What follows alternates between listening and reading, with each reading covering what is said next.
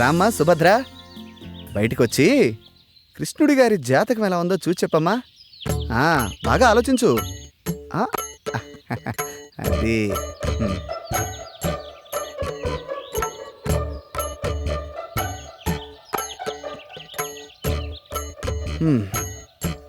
చూడాయనా, నువ్వు చెప్పిన వివరాలను బట్టి మరియు నీ జీవితాన్ని క్షుణ్ణంగా పరిశీలించిన తర్వాత నీ సమస్యకు ఓ సమాధానం గోచరిస్తోంది. సాధారణంగా స్త్రీలలో మగవారిని ఆకర్షించే గుణాలను బట్టి మన పూర్వీకులు పద్మిని, శంకిని, హస్తిని, సిద్రిని అని 4 జాతులుగా విభజించారు. ఇప్పుడు నువ్వు చెబుతున్నటువంటి ఆధారాలను బట్టి నీ ఊహాసుందరి పద్మిని జాతికి చెందిన స్త్రీలా కనిపిస్తోంది. ఈ జాతి స్త్రీలను గుర్తించడం కొంచెం కష్టమైన పనే. ముఖ్యంగా వారి శరీరం నుంచి మగవారిని సంమోహితుల్ని చేసే ఒక రకమైనటువంటి పరిమళం వెదజల్లుతుంది. అవునా? కాబట్టి నీ కలలోకొచ్చిన ఆ అమ్మాయిలు విడిచిన వస్త్రాలను వాసన చూస్తే నీ ఊహాసుందరెవరో ఇట్టే తెలిసిపోతుంది. సరే.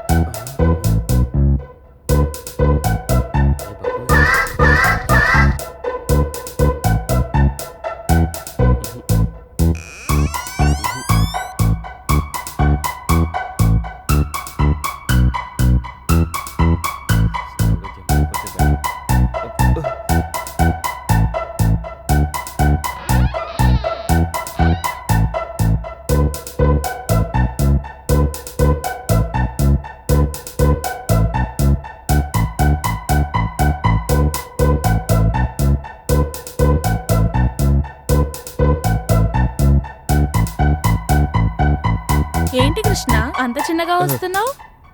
నేనని ఎలా గుర్తుపట్టావు? చంద్రుడు రావడం వెన్నెలకు ఎవరైనా చెప్పాలా?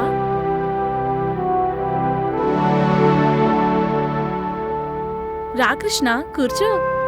లేదు, బాత్రూంలో వైరింగ్ ప్రాబ్లం ఉందని కంప్లైంట్ ఇస్తే చూద్దామని వచ్చాను. వస్తా.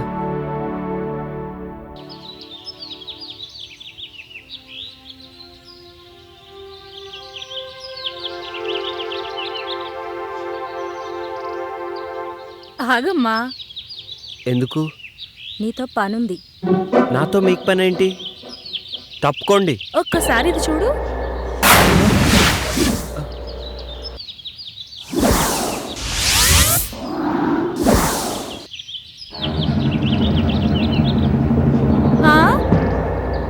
పనేంటో చెప్పండి.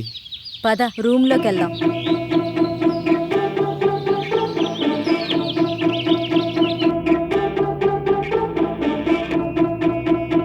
కూర్చో. మేము నిన్ను కొన్ని క్వశ్చన్స్ అడుగుతాం. ప్రతి క్వశ్చన్ కి ఆన్సర్ సరిగ్గా చెప్పకపోతే నువ్వు నీ వంట మీద నుంచి ఒక్కొక్కటి తీసేయాలి. ఆన్సర్ కరెక్ట్ గా చెప్తే మావి ఒక్కొక్కటి తీసేస్తాం. నేను ఆడను. నీకు వేరే చాయిస్ లేదు. సరే, క్వశ్చన్ అడుగు. నా దగ్గర 2 బాల్స్ ఉన్నాయి, అవేంటో చెప్పు. బాల్స్ అంటే నాకు తెలీదు.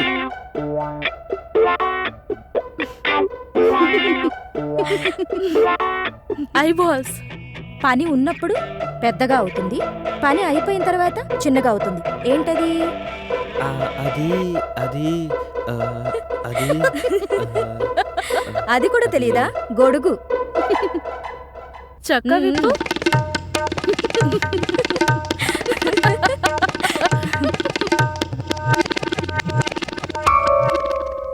అయితే సరే, ఆడవాళ్ళకి 2 ఉంటాయి, మగవాళ్ళకి 1 ఉంటుంది. అదేంటో చెప్పు.